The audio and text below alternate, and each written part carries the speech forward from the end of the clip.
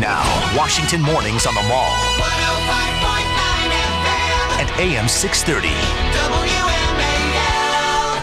WMAL. These are difficult times, Sherry Jacobus. These are times when we need someone who can put it all in perspective, who can tell us how the cow ate the proverbial cabbage. And we have such a man. We're lucky because we have such a man on the phone right now.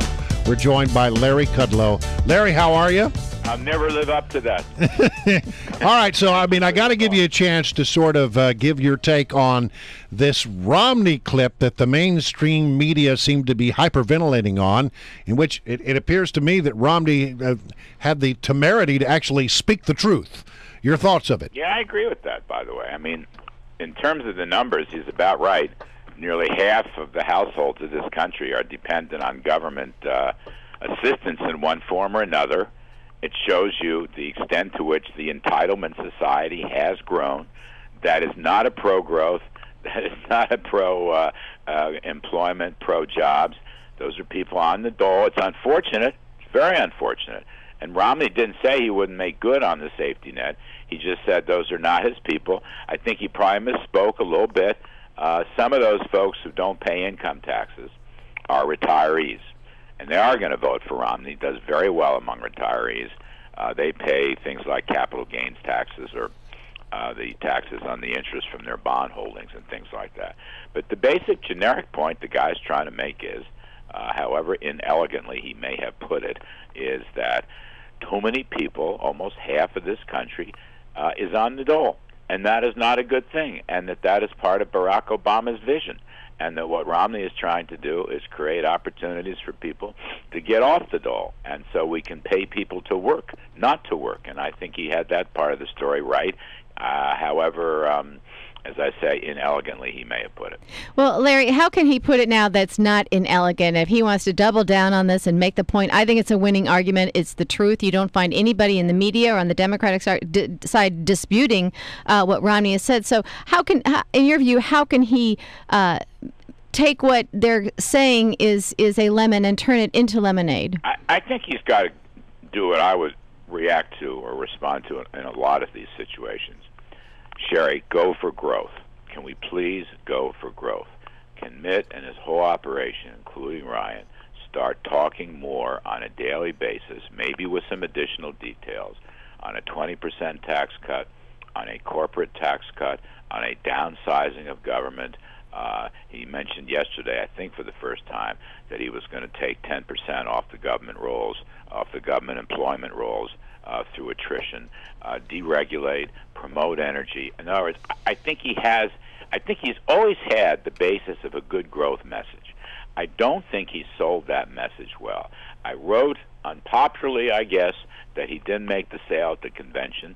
I believe my view was correct at that time. He has got to make the sale that his vision of lower taxes, smaller government, lighter regulation is a vision that will get us out of this economic mess. By the way, an economic mess which is described and endorsed by no less a personage than Ben Bernanke at the Fed, who once again wants to bail out an economy which is dismal and which is sinking. I think Romney has to turn this into a growth message. You don't want that number, 47%, to keep growing. You don't want the food stamp number to keep growing.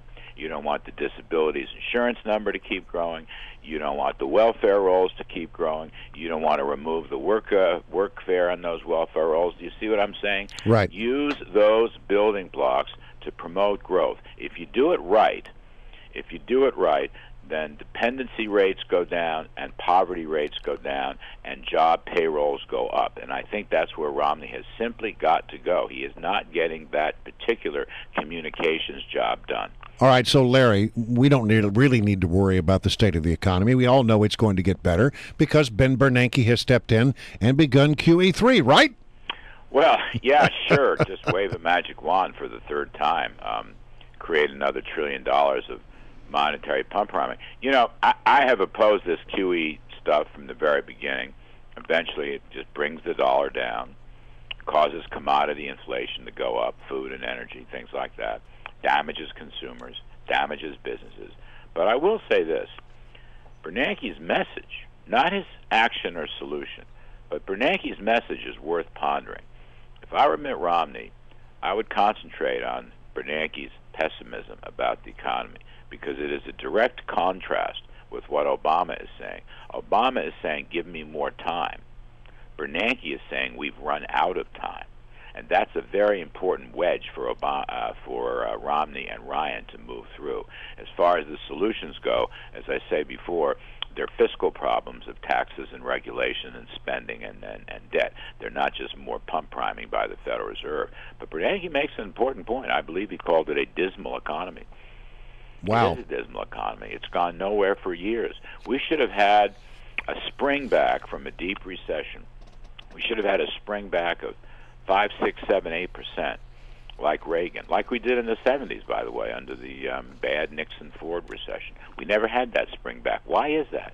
I'll tell you why. There's too much government smothering of the animal spirits of the private sector of the economy.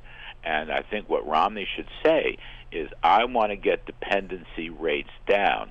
I would not want to keep growing the dole. I want to get dependency rates down through a growth program to get America moving. That's the way I would handle it. Well, speaking of dependency, we now have GM executives claiming that the government stock ownership is hurting their reputation and their ability to attract top talent. But of course, the government isn't going to sell their shares because they would get it'd be a multi-billion-dollar loss. Yeah, but what do you think about them saying that the government being associated with the government is hurting their reputation? I mean, from day one, didn't it? Government Motors, Ford didn't take the money. Remember? Yeah. Right. And GM did.